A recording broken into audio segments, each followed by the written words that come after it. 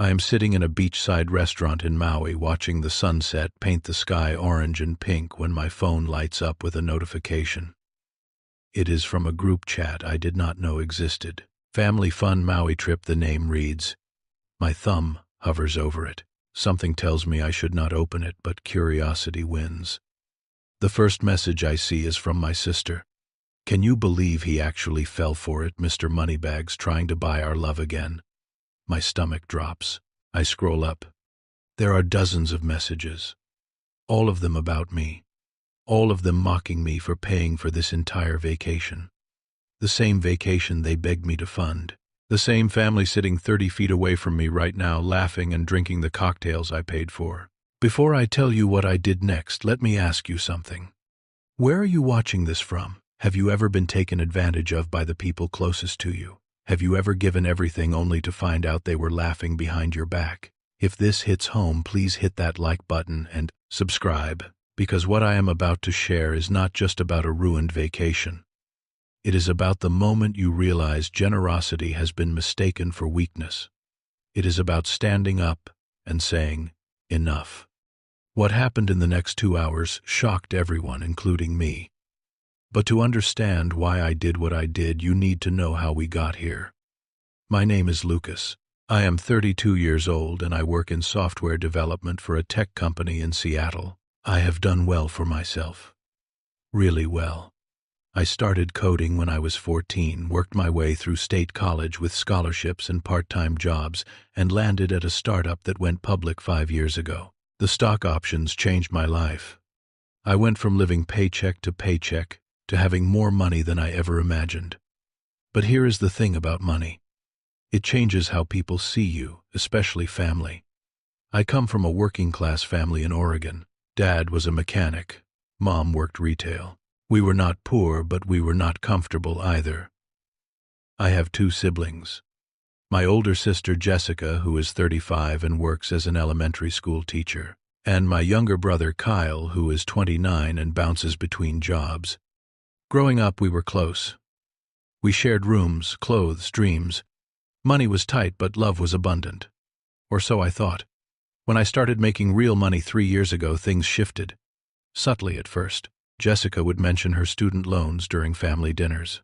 Kyle would joke about how nice it must be to not worry about bills. Mom would sigh about their old water heater breaking down. I helped because that is what family does, right? I paid off Jessica's student loans. $53,000. She cried and hugged me and said I was the best brother ever. I bought Mom and Dad a new water heater, then a new roof when theirs started leaking. $8,000. I co-signed Kyle's apartment lease when his credit was too bad. I sent money for birthdays, holidays, emergencies. At first, the gratitude felt genuine. But over time, the requests became expectations. The thank yous became shorter. The visits became about what I could provide next. 6 months ago, we had a family dinner at Mom and Dad's house. It was supposed to be just a casual Sunday meal. But halfway through, Jessica brought up an idea. You know what we should do? A family vacation. A real one. We have not all been together somewhere fun in years. Everyone got excited. Mom started talking about Hawaii. Dad mentioned how he had always wanted to see the islands. Kyle immediately pulled up pictures of Maui on his phone. Then, Jessica turned to me with that smile. That specific smile I had started to recognize. Lucas, you have been working so hard. You should treat yourself. And it would mean so much to have all of us together. I should have seen it coming, but I wanted to believe it was genuine. I wanted to believe they wanted to spend time with me, not my wallet. How much are we talking? I asked. Jessica had clearly already done research. Well, if we go in the off-season, maybe 10 to 12,000 for all 6 of us. Flights, hotels, some activities. She made it sound reasonable. Kyle jumped in. Come on, man. You can afford it. And think about how happy it would make Mom and Dad. There it was. The guilt trip wrapped in family love. I looked around the table. Mom and Dad were smiling hopefully. Jessica and Kyle were expectant. My girlfriend Amy, who I had been dating for 8 months, squeezed my hand under the table. She was the only one who looked uncomfortable. I said yes. Of course I said yes. Because despite everything, I loved them. I wanted to make them happy. I wanted to be the son and brother who could give them experiences they could not afford themselves. Over the next 4 months, I planned everything. I booked a beachfront resort in Wailea. 5 nights, 3 rooms. 1 for Mom and Dad, 1 for Jessica and her husband Tom, 1 for Kyle. Amy and I would share mine. I arranged flights, a rental car dinner, reservations at the best restaurants. I even booked a sunset sailing trip and a helicopter tour. The total came to just under $18,000. I did not tell them the real amount. I did not want them to feel guilty. As the trip approached, I felt good about it. This was going to be special. Quality time with my family in paradise. Amy had her doubts. Lucas, I love that you are generous. But do not you think they take advantage sometimes? I defended them. They are my family. They would do the same for me if they could. She did not push it, but I saw the concern in her eyes. The day we flew out, everyone was excited. At the airport, Jessica hugged me. This is amazing, little brother. Thank you so much. Kyle fist bumped me. You are the best man. Mom teared up. My successful boy taking care of everyone. I felt validated. This was worth it. The first 2 days in Maui were beautiful. We swam in the ocean, ate incredible food, watched the sunrise from Haleakala. Mom and Dad seemed happier than I had seen them in years. Jessica and Tom were relaxed. Kyle was having fun. Amy and I enjoyed the romantic moments between family activities. I paid for everything without hesitation. Meals, activities, drinks, souvenirs. Every time someone reached for their wallet, I waved them off. I have got it. This is my treat. And they let me. Every single time. Not once did anyone insist on splitting a bill or covering even a small expense. On the 3rd evening, we had dinner at a high-end seafood restaurant. The meal alone cost $900. Afterward, everyone went back to their rooms to rest before a beach bonfire I had arranged. Amy and I walked along the beach. My phone battery was low, so I asked Amy if I could use hers to check our bonfire reservation time. She handed it to me. When I unlocked it, her phone automatically connected to the resort Wi-Fi, and a bunch of notifications came through. One of them was a group chat notification. I would not have paid attention except I saw my name in the preview. Lucas is so gullible, it read. My heart stopped. I stared at the screen. What is that? I asked Amy. She took the phone, looked at it, and her face went pale. Lucas, I did not know about this. The group chat was called Family Fun Maui Trip, and it had everyone in it except me. Mom, Dad, Jessica, Tom, Kyle, and Amy. I felt sick. When did they add you? I asked. Amy looked at the chat history. 2 days ago, right after we arrived. I have not really checked it. I have been spending time with you, not on my phone. I took the phone back and started reading. The messages went back weeks. Back to before we even left for Hawaii. My hands were shaking as I scrolled through them. 3 weeks before the trip, Jessica had written, I cannot believe he actually agreed to pay for everything. This is going to be such a good vacation. Kyle replied, dude is loaded. He can afford it. Might as well take advantage. Tom, Jessica's husband, chimed in. Does he know we are all going to the spa on his dime? Because I already booked my massage. They all laughed with emoji reactions. I kept scrolling. My throat was tight. There were messages about how I was showing off and trying to buy their love because I have no personality. Jessica wrote, he has always been like this. Even when we were kids, he would do anything for approval. Now he just has money to throw around. Kyle sent a message saying, think he will notice if I charge room service to his card. Mom replied, and seeing her name made my chest ache. Kyle, do not be too obvious. We want him to do this again next year. Next year. They were already planning to use me again. There was a message from Dad. Lucas works hard for his money, but if he wants to spend it on us, who are we to say no? The justifications, the rationalizations, like I was some ATM machine and they were just making withdrawals.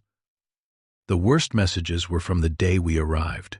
After I paid for that first big dinner on the beach, the one where everyone toasted to family and thanked me, they went back to their rooms and immediately started texting.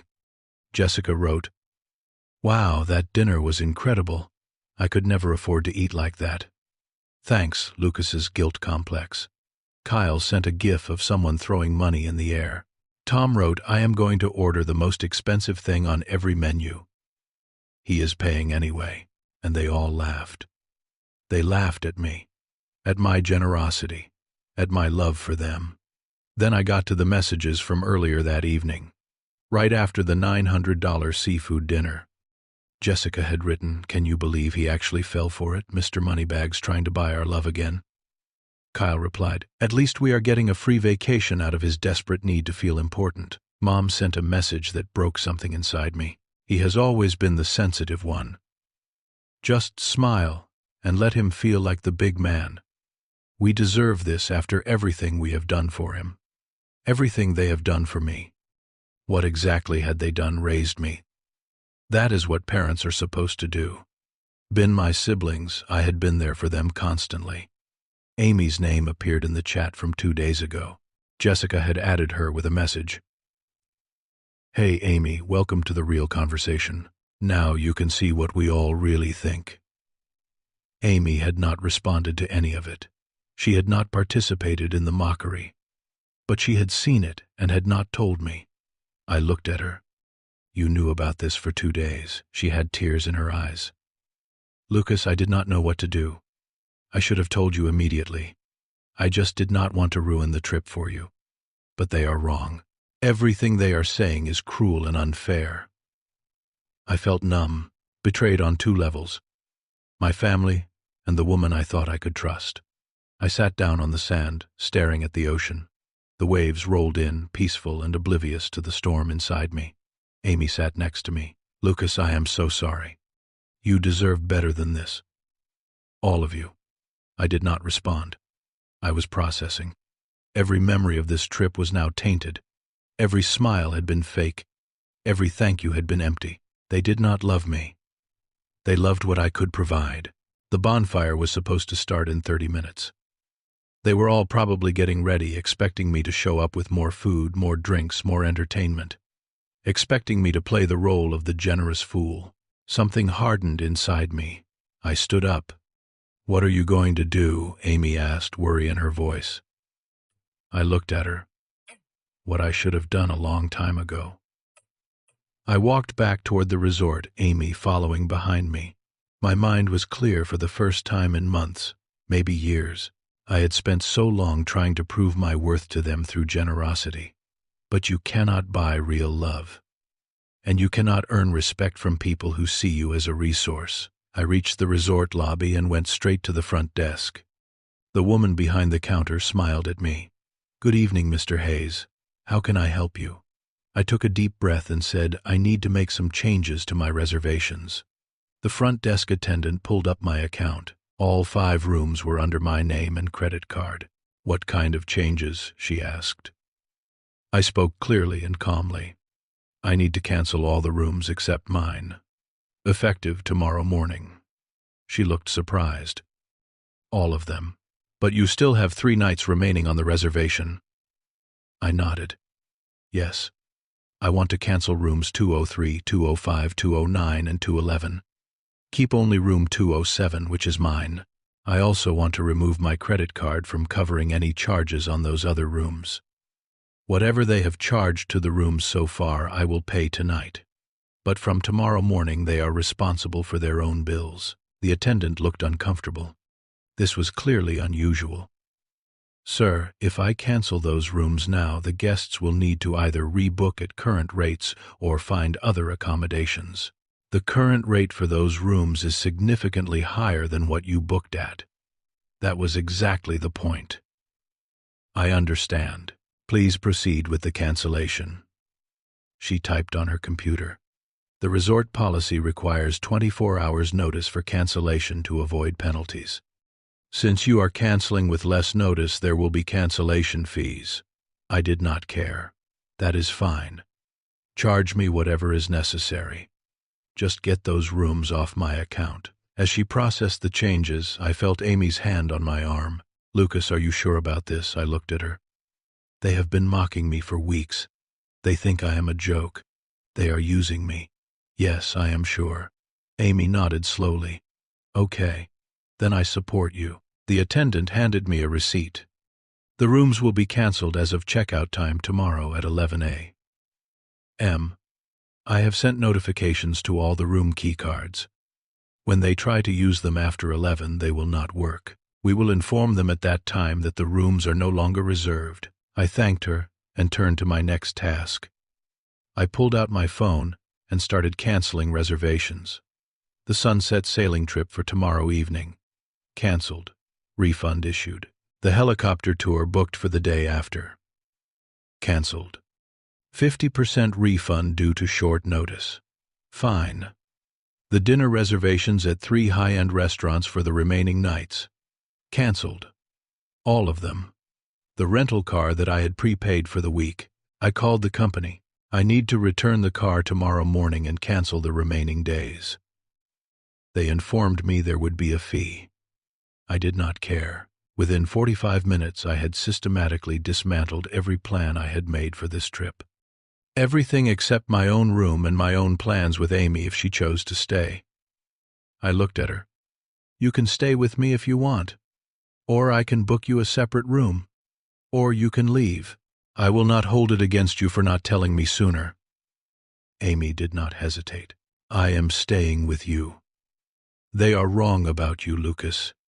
You are not trying to buy love. You have a generous heart, and they took advantage of it. I should have told you immediately when I saw that chat, and I am sorry. But I am with you now." I felt a small measure of relief. At least one person here actually cared about me. We went back to our room. The bonfire was supposed to start in 15 minutes. My phone started buzzing with texts. "Where are you guys from, Kyle? Is everything okay from Jessica? The bonfire is ready from Dad." I did not respond. Instead, I sat down and wrote a message. I created a new group chat and added everyone. Mom, Dad, Jessica, Tom, Kyle. Not Amy. The chat name was simple. The truth. I typed out my message carefully. I know about the other group chat. I have read every message, every joke, every insult, every plan to take advantage of me. I want you to know that as of tomorrow morning at 11 a.m., all of your hotel rooms are canceled. My credit card is removed from your accounts. Every activity I planned and paid for is canceled. The rental car will be returned tomorrow. You are welcome to finish tonight in your rooms, but tomorrow you are on your own. I have been generous because I love you, but you see me as a wallet, not a son or brother. That ends now." I hesitated for just a moment before hitting send. Then I did. I watched as the message showed delivered. Then the 3 dots appeared as someone started typing, then stopped, then started again. My phone began ringing immediately. "Jessica." I declined the call. Kyle called. Declined. Mom called. I stared at her name on the screen, feeling a pain in my chest. But I declined that too. The texts started flooding in.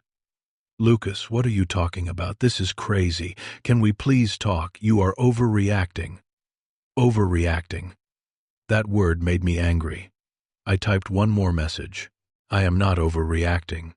I am done being used. Do not contact me for the rest of this trip. I will be here with Amy enjoying the vacation I paid for. You can figure out your own arrangements." I muted the group chat. There was a knock on my door 5 minutes later.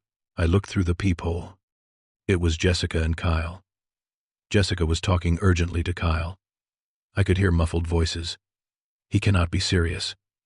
We need to fix this." Kyle banged on the door. "Lucas, come on, man. Open up. Let us talk about this." I did not open the door. I sat on the bed, my heart pounding. Amy sat next to me. "You did the right thing," she said quietly. Another knock. This time it was Dad's voice. "Son, please. Let us discuss this like adults." Like adults. I almost laughed. Adults do not mock someone behind their back while accepting their generosity to their face. The knocking continued for another 10 minutes before finally stopping. I looked at my phone. The group chat I had muted had over 30 messages now. I unmuted it just to see what they were saying. Jessica wrote, "Lucas, I am sorry you saw that chat. We were just joking around. You know we love you. Joking around. That was the excuse." Kyle wrote, "Dude, you are seriously going to strand us here. That is messed up." The irony was not lost on me. I was messed up for setting boundaries, but they were fine for using me. Mom sent a long message. "Lucas, I do not know what you think you saw, but this is not how family treats each other. We have always been there for you. This is hurtful and immature. Not how family treats each other." The lack of self-awareness was stunning. Tom, who had been relatively quiet, finally sent a message. "Look, man, maybe we got carried away in that chat. But canceling everything is extreme. Some of us cannot afford to rebook rooms at full price or pay for new flights home early." And there it was, the real concern. Not that they had hurt me, but that they might have to pay their own way. I typed a response. "You are right, Tom. Some of you cannot afford it. Which is exactly why you should not have been mocking the person who was paying. You had a free vacation handed to you, and you responded with cruelty. Now you get to experience what it is like to travel on your own budget. Consider it a learning experience." I muted the chat again. Amy and I ordered room service, burgers and fries. Simple, easy comfort food. We ate on the balcony watching the ocean under the stars. "What are you going to do tomorrow?" Amy asked. I had been thinking about that. "I want to enjoy the vacation I planned. Just you and me. We can go to the beach, have nice dinners, maybe do some of those activities if we can rebook them for 2 instead of 6. Amy smiled. "That sounds perfect." We spent the evening talking about everything except my family. It felt good. For the first time in days, I felt like myself. Not a wallet, not a provider, just Lucas. We went to bed around midnight. I slept better than I had in weeks. The next morning I woke up to chaos. My phone had been on silent, but when I checked it, I had 43 missed calls and over 100 text messages. The group chat was a disaster. At 6 a.m., Mom had written, "Lucas, please reconsider. We are your family." At 7:30, Jessica sent, "The front desk just informed us our rooms are canceled. This is really happening. Lucas, please." At 8:15, Kyle wrote, "I cannot afford a new room. I cannot afford to change my flight. What am I supposed to do?" At 9, Dad sent, "Son, I am asking you to be the bigger person here. Fix this, the bigger person. I had been the bigger person my entire life. Always accommodating, always forgiving, always giving. Where had it gotten me?" At 10:45, Jessica sent a frantic message. "Our room keys do not work. They told us we have to be out by 11. Lucas, we have nowhere to go. Please." I read through all the messages without responding. There were apologies mixed in. "We are sorry. We did not mean it. Please forgive us." But none of them actually acknowledged what they had done. None of them took real responsibility. They were sorry they got caught, sorry they were facing consequences, not sorry for how they had treated me. At 11:30, I finally sent one message. "You have shown me who you are. I believe you now. Have a safe trip home." Then I blocked all of them except Amy on my phone. Amy and I had breakfast at the resort restaurant. Alone. Peaceful. Halfway through our meal, I saw my family in the lobby. They had their luggage with them. Mom and Dad looked tired and upset. Jessica was on her phone, presumably trying to find new accommodations or change flights. Kyle was arguing with someone at the front desk. Tom looked miserable. For a moment I felt a pang of guilt. Then I remembered the group chat. The mockery. The calculated use of my generosity. The guilt faded. They had made their choices. Now they were living with the consequences. Jessica spotted me through the restaurant window. She came rushing in. "Lucas, please. Can we just talk?" I put down my fork and looked at her. "What is there to talk about, Jessica? You think I am gullible. You think I am desperate for approval. You laughed at me for being generous. What could you possibly say now that would change any of that?" She looked genuinely distressed. "I did not mean those things. I was just venting. You know how it is. I shook my head. No, I do not know how it is. When someone does something kind for me, I do not mock them behind their back. I do not plan how to take advantage of them again next year. Jessica's eyes filled with tears. We are family, Lucas. Family forgives each other. I felt something break inside me. Not in a bad way, more like a chain breaking. You are right. Family does forgive each other. But family also does not use each other. Family does not lie to each other's faces while laughing behind their backs. You want forgiveness, start with an actual apology. Acknowledge what you did. Do not just say you are sorry I found out. Jessica stood there speechless. Then she turned and walked away. I went back to my breakfast. Amy reached across the table and held my hand. I am proud of you, she said. That meant more than she knew.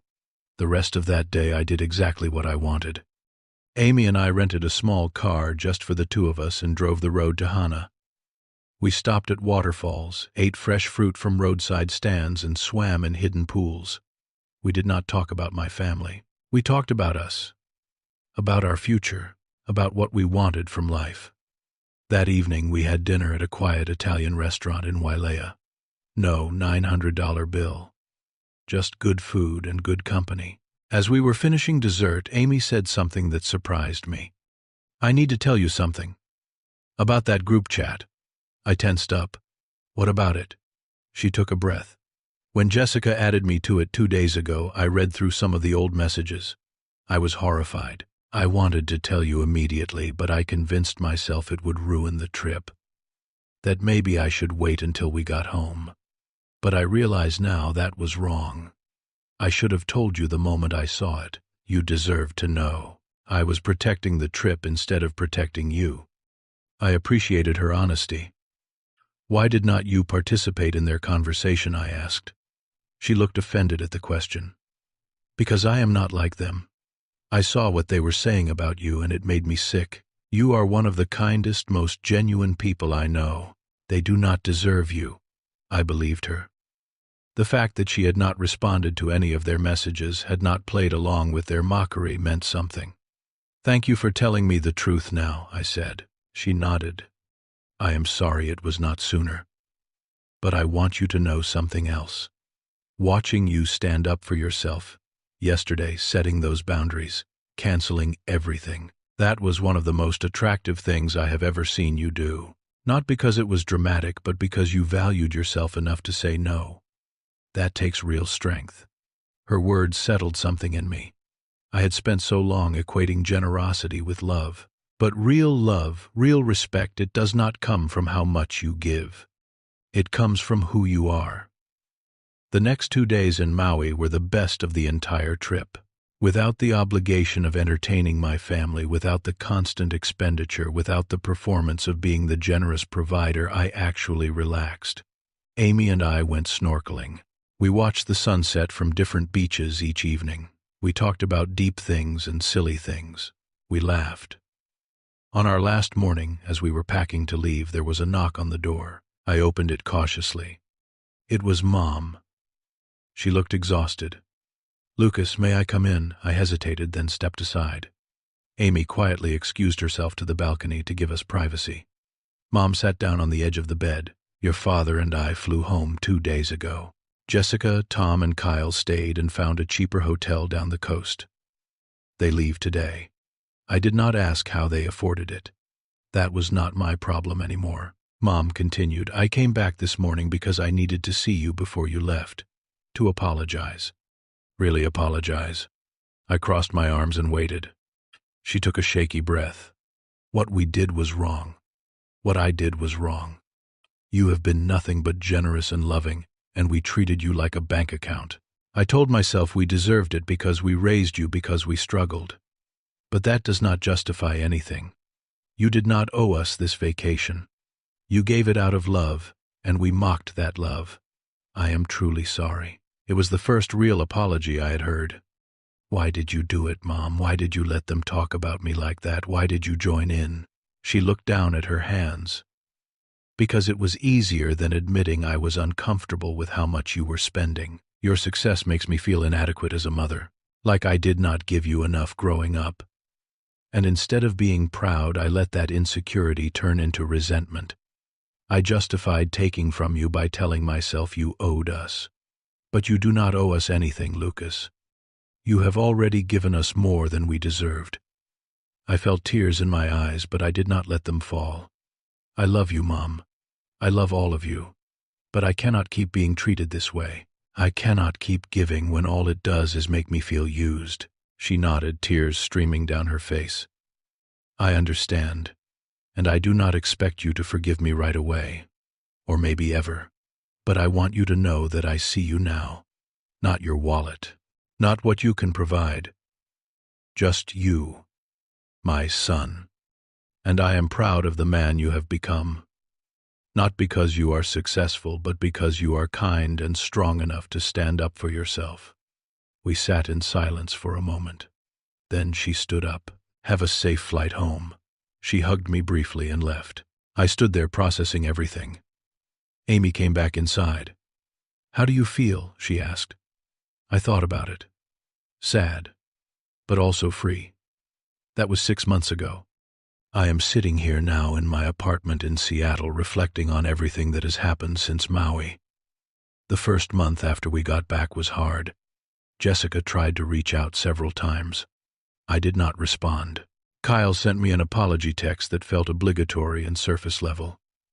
I sent back a simple thank you and nothing more. Dad called once. We had a brief, awkward conversation where he said he was disappointed in how I handled things, but understood why I did it. That was as close to an apology as I got from him. I told him I needed space. He respected that. Mom and I have been slowly rebuilding. We talk on the phone every couple of weeks. Short conversations, careful conversations.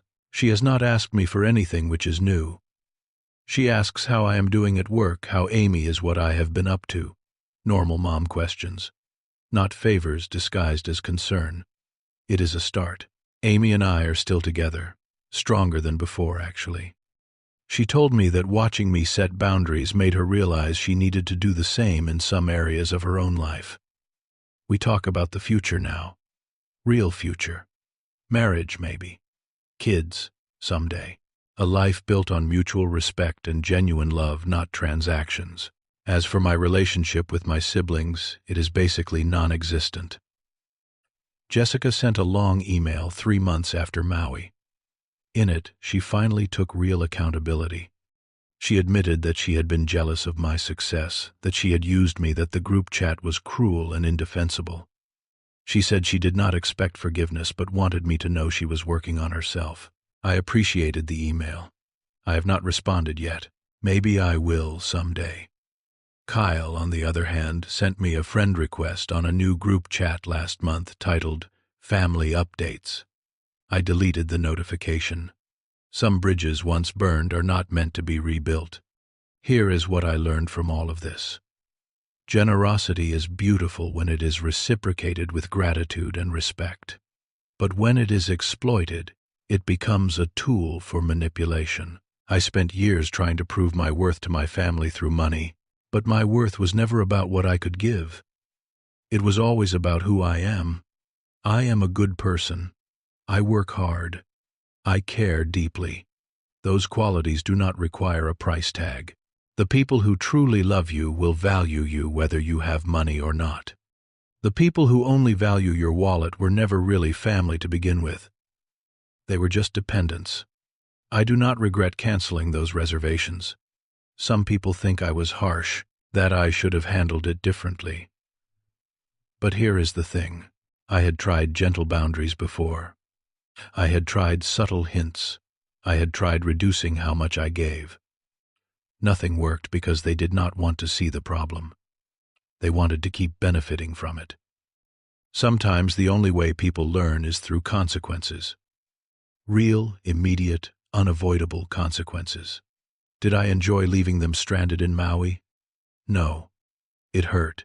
But it hurt less than continuing to be their ATM while they laughed at me behind my back. I have also learned that not all family is blood. Amy stood by me when she did not have to. She could have sided with them, told me I was overreacting, pushed me to reconcile for the sake of peace. Instead, she supported my decision to value myself. That is the kind of person I want in my life. That is the kind of family I want to build. The kind based on choice, respect, and genuine care, not obligation or guilt. I still believe in generosity. I still help people. But now, I pay attention to how they respond. Do they say thank you and mean it? Do they respect the gift or do they expect more? Do they treat me like a person or like a resource? Those answers tell me everything I need to know. If you are reading this or listening to this and you see yourself in my story, I want you to hear this. You are not responsible for other people's financial problems just because you have more. You are not selfish for setting boundaries around your money. You are not cold for refusing to be used. Generosity should be a choice, not an obligation. And the people who truly care about you will understand that. The ones who get angry when you stop giving were never there for you. They were there for what you could provide. Let them go. It will hurt. But on the other side of that pain is freedom. 2 weeks. That is all it took for everything to fall apart without me. Makes you wonder how long they ever really thought they could last. So let me ask you, have you ever been taken advantage of by people you loved? Have you ever had to cut off family to protect yourself? Drop a comment below and share your experience. You are not alone in this. If this story resonated with you, please hit that like button. Subscribe for more real stories about boundaries, family dynamics, and finding your self-worth. And share this video with someone who needs to hear it. Someone who is being used and does not know how to say no. Maybe this will give them the courage they need. Thank you for listening to my story.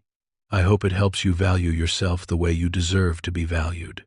Set your boundaries. Protect your peace. And remember, real family lifts you up. They do not tear you down while taking everything you offer. Take care of yourselves out there.